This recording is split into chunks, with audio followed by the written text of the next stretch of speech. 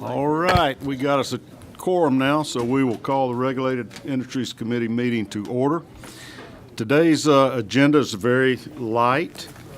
This is the final report of our committee, Joint Study Committee on the Electrification of Transportation. Hundreds and hundreds of pages. It shut the website down several times, supposedly, so if you go to it, don't get all the exhibits in the attachments. The real report is 73 pages, which is still really comprehensive for a study committee report. So I tip my hat to our co-chairman, Senator Steve Gooch, our majority leader, as well as Rick Jaspers from the State House. Both of them spent a lot of time, a lot of energy coordinating, organizing, and having opportunities for many people with interest in electric vehicles to testify at several meetings around the state, everywhere from Young Harris down to Fort Valley, Atlanta, other locations where we felt like West Georgia over there near Kia, where there were different groups that had interest in the electric vehicles. It's obviously coming. It's a trend of the future, and we have to be prepared for it. I am impressed with this committee recognizing that and going ahead and trying to educate ourselves on some of the issues we're going to be faced with. This report doesn't give a lot of real specific recommendations for legislation, but it pretty thoroughly discusses the issues we'll be confronted with. I've asked Leader Gooch today to give us the 30,000-foot overview of what we found, what the issues we'll be facing, and part of this is just educational, not only for you here in the audience, but also for our committee to get a grip on some of these issues and know what's coming to help lay the groundwork so we'll be able to deal with these expeditiously as they come along this session. I'll go ahead and give you the sort of the what's coming speech, as we're going to have a fun meeting on Tuesday. Was it 3 o'clock? 4 o'clock? What time we meet? 4 o'clock on Tuesday. We changed the meeting time today. I'm glad you all made it because the Majority Caucus had a press conference discussing our priorities for the upcoming session.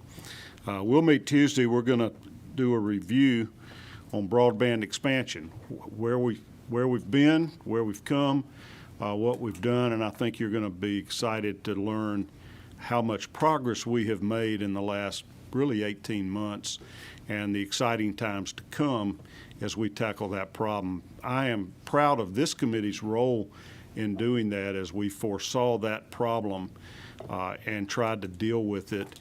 I told the story the other day, Mr. Leader, you weren't here, but you and I were in Denver, NCSL this summer, and we went to basically, let's just say Broadband Expansion 101. It was teaching legislators from around the country.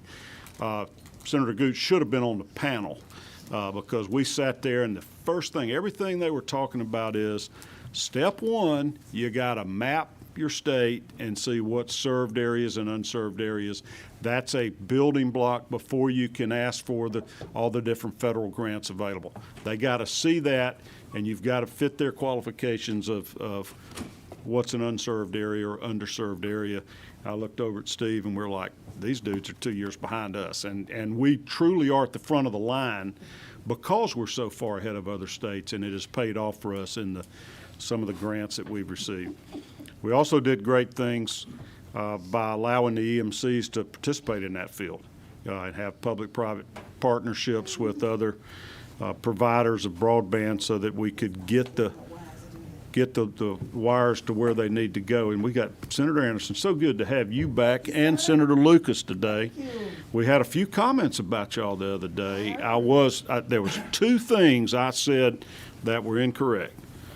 Most importantly, it was not Luke's Lounge. It was Newt's Lounge, your juke joint you ran, so you've been investigating in the field those type of alcohol issues. And it is not true that Chairman Brass was dishonorably discharged. He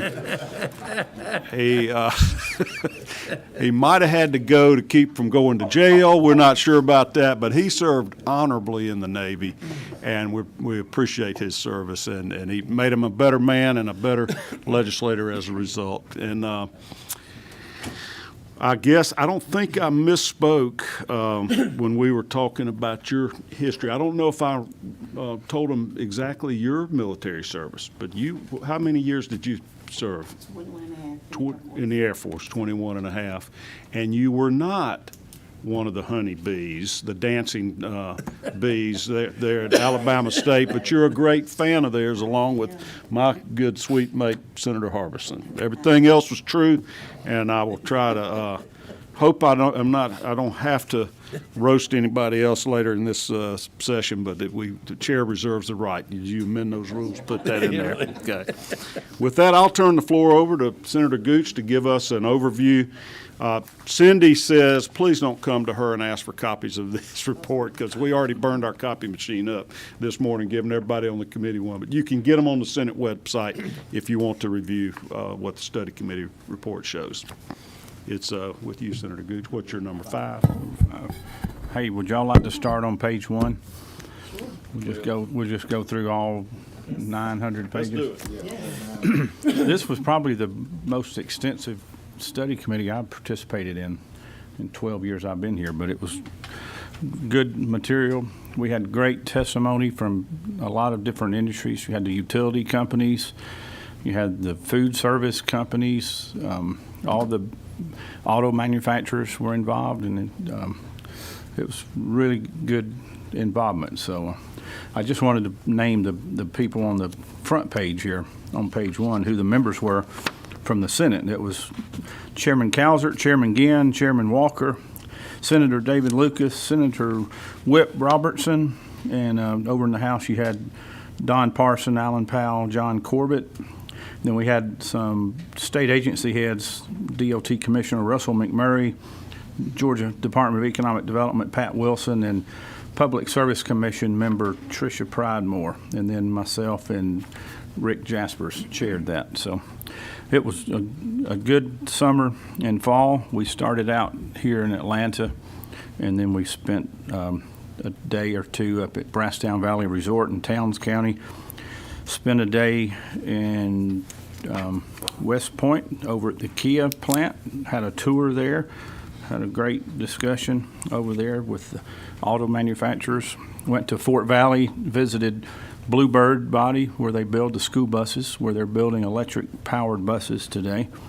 Then we came back here and spent a day at GDOT in their board office, in their board conference room. We appreciate y'all's use of that facility. And we also toured Cisco Foods, and people were wondering, why did we go to Cisco?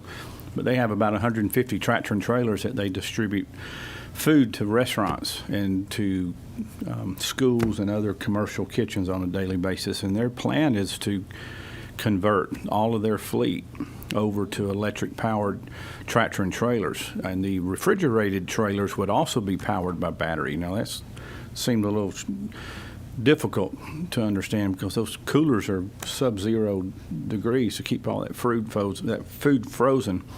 And so you'd have your truck being powered by a battery, and then you would have the refrigerators in the back that would be run by batteries as well. So the discussion started out, and we looked at 4 or 5 different key issues, and those were, how do we charge electric cars, whether it's a car that you have at home and you have a charger in your garage. You'd obviously have to put a charger in. You'd have to have that installed. The fast chargers are going to be very expensive, and they're going to consume a lot of electricity. A lot of homes probably aren't equipped for that amperage load. Some of the slower chargers you could probably do with the current load centers that are in your homes today. But if you go to the public charging stations, whether that's at a hotel or a restaurant, parking lot of shopping centers, or a convenience store, those are going to have to be fast chargers most likely because of the time that it would take to charge a car. If you had a personal vehicle at home, you could charge it overnight when you're asleep. But if you're driving from here to Savannah and you have to get an extra boost when you get down to David Lucas's district, you have to pull into a gas station and find a fast charger. Some of those can charge an electric car as quick as 20 minutes, but how many of those charging stations would those gas stations need?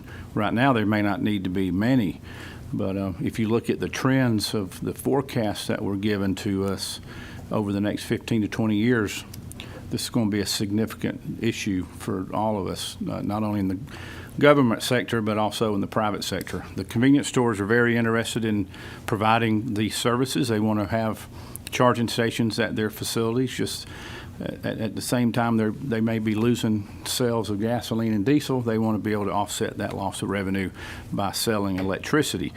And so one of the first things that the committee will recognize that we need to do is to allow, through state law, convenience stores and other public commercial entities the ability to sell electricity by the kilowatt. Currently, I think it's only sold by time, and only utility companies are allowed to sell electricity by the kilowatt. Am I correct on that?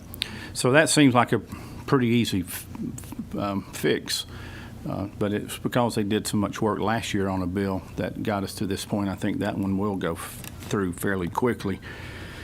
Other issues that we dealt with was who's going to own the charging stations that are publicly purchased. So you members that were on the committee remember that there's about $150 million of federal funding that's coming to us this year to implement the charging stations. So GDOT is in the process of figuring out how to push that out, whether that's through some kind of a contracted service or a RFQ or RFP process. And Josh can correct me if that's moved any farther in the future, but there is a map that's been sent to DC. We had to submit a map of where the charging stations would go. I think the regulations were pretty strict. They had to be no farther apart than 50 miles.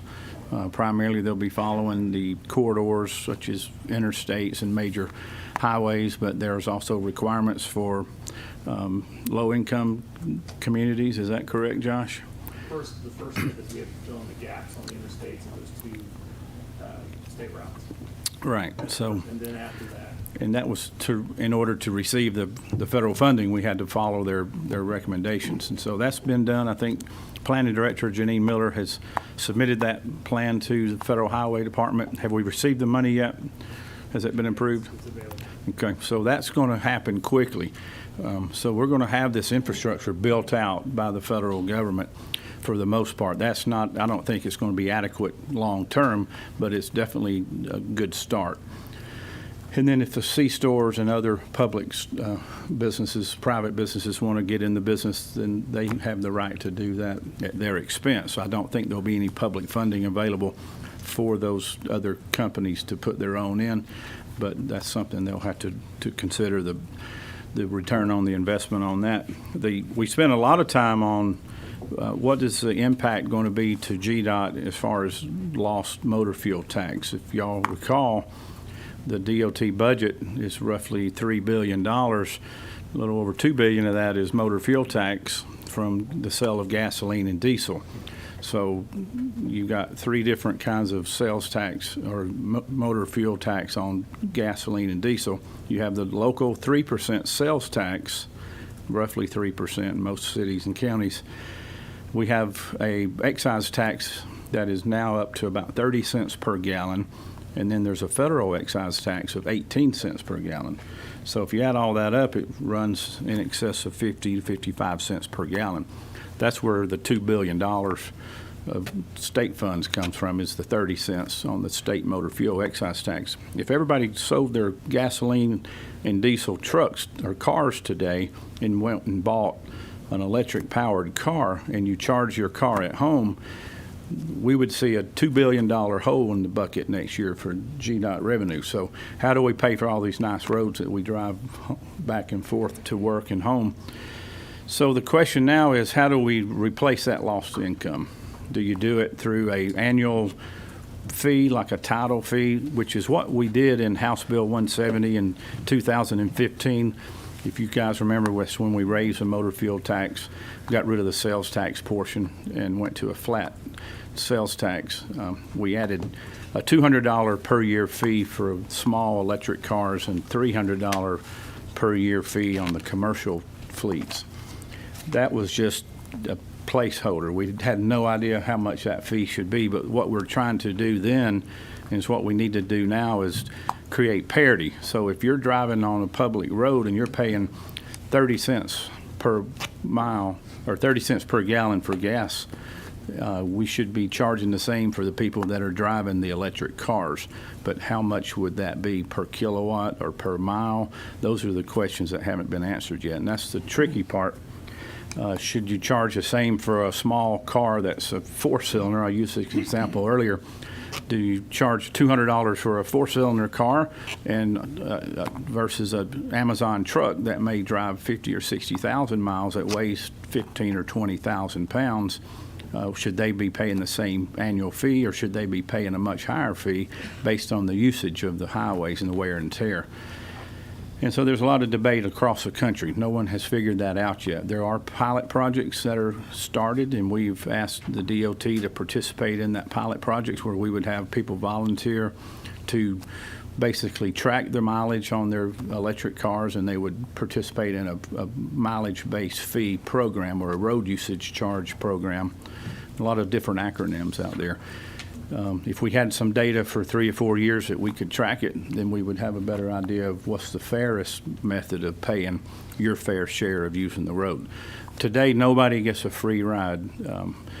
We eliminated some exemptions back in 2015 on electric cars, and we got rid of all the school bus exemptions. Everyone that drives on the road today pays either a gas tax or some kind of an annual fee, and that's really where we need to focus our attention, is keeping that practice going forward. Everybody should pay their fair share and not be punished or penalized in any way. So that one hasn't been worked out yet, but there is a conversion factor that smarter people than myself have worked on. Some of the engineers at GDOT have looked at how much energy does a kilowatt of battery move a car versus a gallon of gas, and you can convert that excise tax to a kilowatt tax pretty quickly. And so those are some numbers that we'll be looking at this year.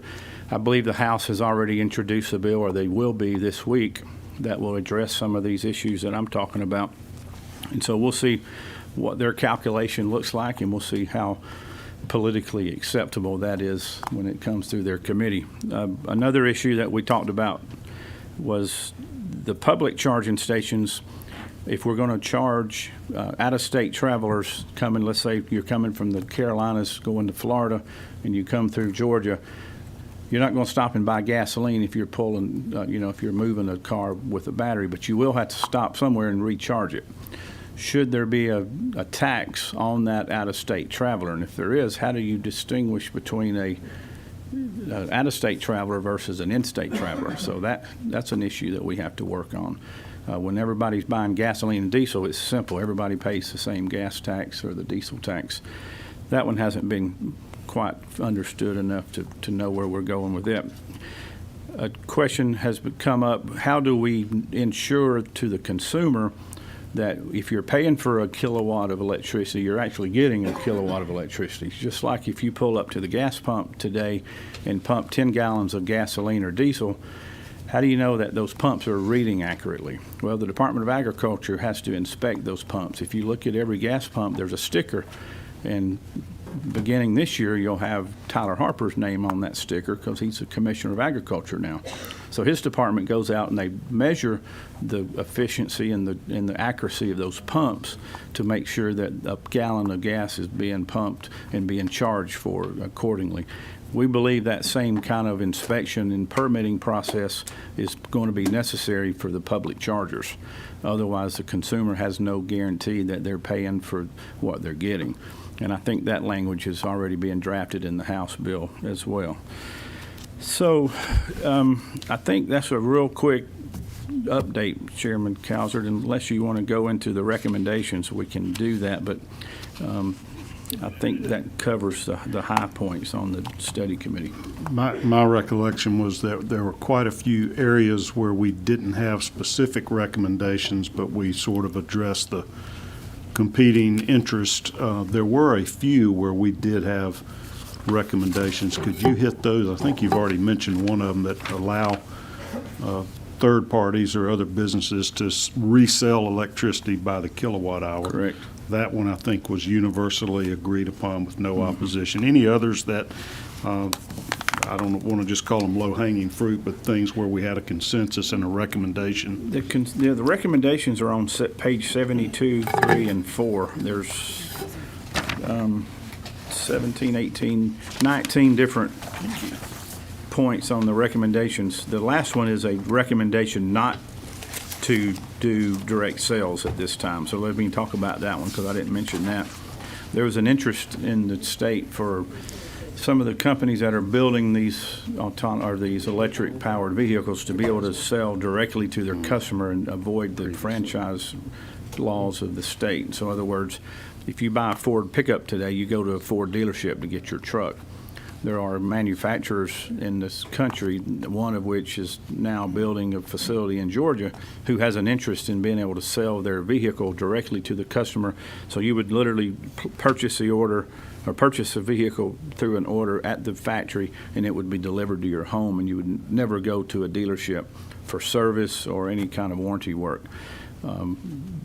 There was no consensus on the committee to recommend that. In fact, the committee recommended that we continue to honor the franchise system that's currently in place. There's just not enough compelling need to be able to do direct sales at this time.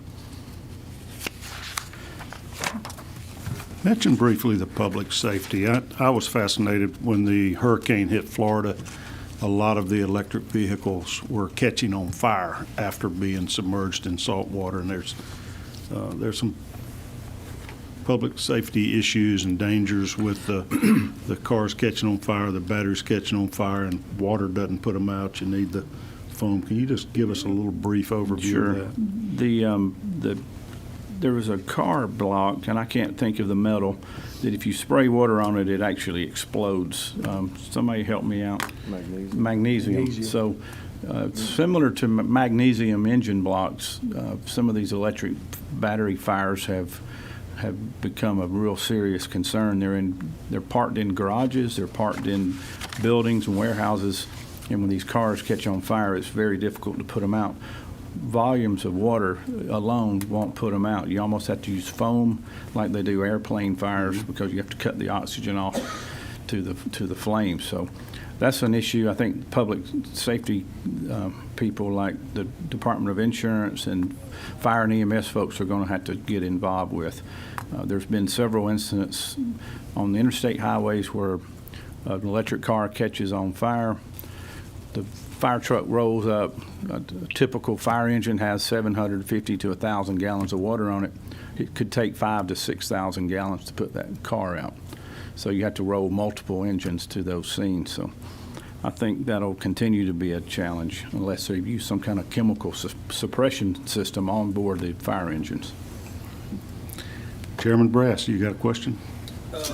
Yes, sir. Could we do a quick review, not to give anyone PTSD or anything, but could we do a quick review on a couple of the highlights of areas that there was disagreement on, just as a refresher course, so as we get ready to go down this road again? I think the one that stands out the most to me was there was a disagreement, or there wasn't consensus on whether the power companies should be able to get in the business of selling electricity through the chargers without having either a firewall or some kind of a separate entity that they would sell that through. Similar to what we did with broadband. If y'all remember, we put restrictions in place that they could not cross-subsidize their operations from the power company side of the business over to the broadband side of the business. There was concern that the power companies could subsidize the cost of installation of the chargers, therefore giving them an advantage, competitive advantage over the convenience stores. And we had a lot of disagreements on some issues on that back and forth, and we never really came to a consensus on it. So we tabled those topics, and they're in the book if you want to read about them. All the data's here, but it was very complicated, to say the least. That was the one that I remember the most. Chairman, you remember any others? That was hotly disputed. Any other committee members have questions for Chairman Gooch? Senator Harbison. Yeah, thank you, Mr. Chairman. You mentioned earlier about calculating factors to offset the cost and that kind of thing.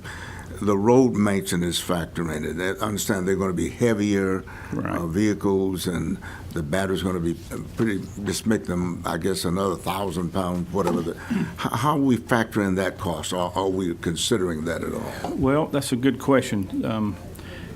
Heavier weights means faster deterioration That's of right. concrete and That's right. asphalt. So it's an engineering formula. I'm sure GDOT can probably come up with some numbers on how much quicker a road would deteriorate. Typically, you want to resurface an asphalt road every 10 or 12 miles. And it depends on traffic and volume and all that. So if we convert, I'm sorry, 10 or 12 years, thank you, Frank. If we converted to all electric cars and trucks, and then all of a sudden the weights are 20 to 30% heavier, then the deterioration factor would increase, I would think, at the same rate or somewhat near that. So, but that's a good GDOT question. We'd probably get Josh or someone at DOT to answer. Right. I think one of the other things that we did consider, who would it put out of business?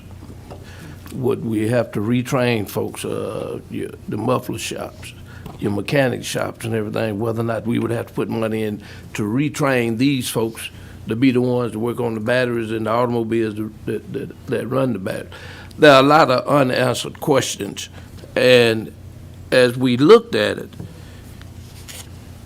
I think it's, my estimation would be 20, 30, 35, before we really get to doing these electric vehicles, because folks got to travel, and if they got to charge it, they have a problem unless they got a hybrid, which they do some charging and gasoline too. So we got to get ready for it. But I think the big push is to push us off a cliff rather than we take our time to try to make sure that we get this thing right.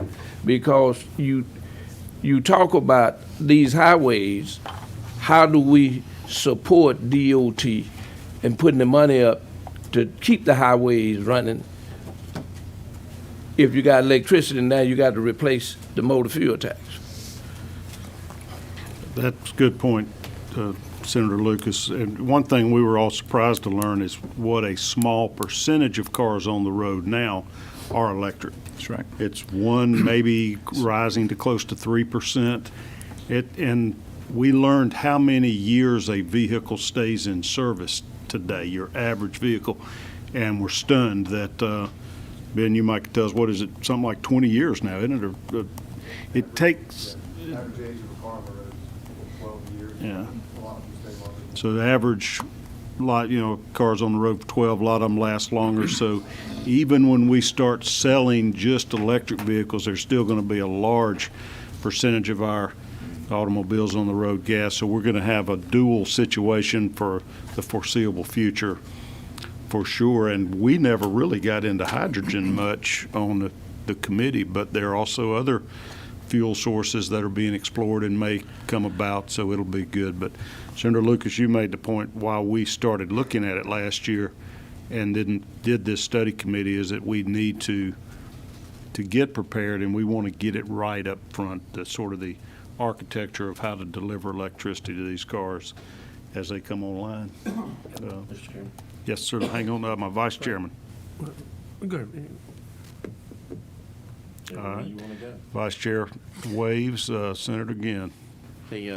One of the things, and I know I brought it up to our caucus members, but I haven't gone out there too much on it publicly, and we have an opportunity with electric vehicles in Georgia, coming to Georgia and the rate that they're going to come, to save everybody in here on their power bill. Everybody in here remembers right before Christmas, said how cold it was. Well, all your electric utilities set some new peaks. Said and we were able to meet that challenge in Georgia because we've got some great electric utilities that plan for that and service that. Being that said, if you build to a peak, when you look at off-peak power, one of the things that can happen, if you can sell more widgets, same factory, you can sell them at a cheaper price. So this opportunity for us with electric vehicles, if we can charge those electric vehicles off-peak in Georgia, We're not having to build more generation, more transmission, more distribution, but we're selling more power. And what that basically means for everybody in Georgia is your price per kilowatt hour is going to come down. Two things happen with that. If you have an electric vehicle, great. If you don't have an electric vehicle, even great, because you're going to win by them charging off peak. What that also means for Georgia is that #1 state to do business for 9 years in a row can continue. As public policy folks, we have an opportunity in the Georgia legislature to impact everybody in Georgia by moving legislation forward that encourages off-peak power sales. If we let them add to the peak with sales on electricity during the peak, anybody here got a price tag on the last two generating units at Plant Vogtle? It's over $30 billion. Said, I can promise you, that's not one of those things that I want to go out and build tomorrow. For us, if we can continue to push electric vehicles to off-peak power sales, everybody in this room and everybody in the state wins. For me, this is the challenge that we have in this committee and as a public policy folks to do this across the state, to save people money, to return something back to the folks. And Mr. Chairman, I appreciate the opportunity to have been on this study committee. I just hope that as those that weren't on that study committee, we know we've got an opportunity that we don't want to fail because it makes Georgia more competitive and can bring more business to Georgia. Thank you, Mr. Chairman. I do think we'll be a leader in the production of these electric vehicles going forward, looking at our economic development projects that we've put in place the last few years. So it's an exciting place to be. Senator Summers. 7. Guys, this is an impressive report. I mean, that's awesome that you put this together, and it takes a lot to digest. I mean, it's an ongoing thing. 3 things I'd like to bring to the committee just to be thinking about, and Senator Lucas, I want to pick up on what you just said. Before we jump head first into anything, make knee-jerk reactions on things, we got to think about these things. I'll give you 3 examples here. One, there was I won't call the name of the car. There was a car that caught on fire in my district a while back. Well, the fire department wouldn't even put it out. It was an electric car because of the toxicity of the batteries and that kind of stuff burning. They didn't know how to handle it.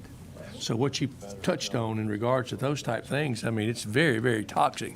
And basically, this thing literally melted to the ground. The third thing is there's a company from Canada that moved in my district. They're a high-tech company, probably one of the highest tech companies I've ever been around. They're developing hydrogen engines. They got 31 patents. They're dealing with all kind of things. I mean, they literally got an engine right now you can put in your car and drive to New York, never stop to get gas. I mean, it's a hydrogen engine. But they also have developed and patented a generator to go in front of, and I'm going to use the word, I hate to say it, Tesla. I hate to use it, point them out. They're already running around with them right now between here and Miami. They put this generator in this car. Now, what it does is it sits in the front, and it's a baffled type generator. And the reality of this generator is what it does is it does not charge your car, but you don't lose but like points of charging. For example, where you normally could drive 300 miles, you could drive with a full, like say you start off with a full charge. Instead of getting there and you're on empty, you may get there and you still got 60 or 70% charge because it's charging. So these are some things we have to consider when we talk about road taxes, what's going to happen to charging stations, if they're going to need them. Somebody will build a better mousetrap. You know what I'm saying? And somebody will come up. I've seen this in action. I've seen this car. I've seen this charging. I'm blown away with the technology in it. And it's not that complicated. But they're keeping these batteries charged, not charging them. So that's another thing we've got to face, guys, that are coming. Just want to put that on the table. Great insights. Now I see why we got you on this committee to help us along. And we do have a 3-day weekend for you to read that report. Anybody else have comments, questions, or observations? Back up. All right, well, I think that gives us all a kind of a good feel and overview of what we're faced with. I hope that participation on that committee and the study committee and in this committee has helped prepare us to deal with some of these issues, and I'd like to see some progress made this year in a careful, prudent manner, and I expect we will. With that, remember Tuesday we'll get an update on broadband expansion. Everybody have a great weekend, and we are adjourned.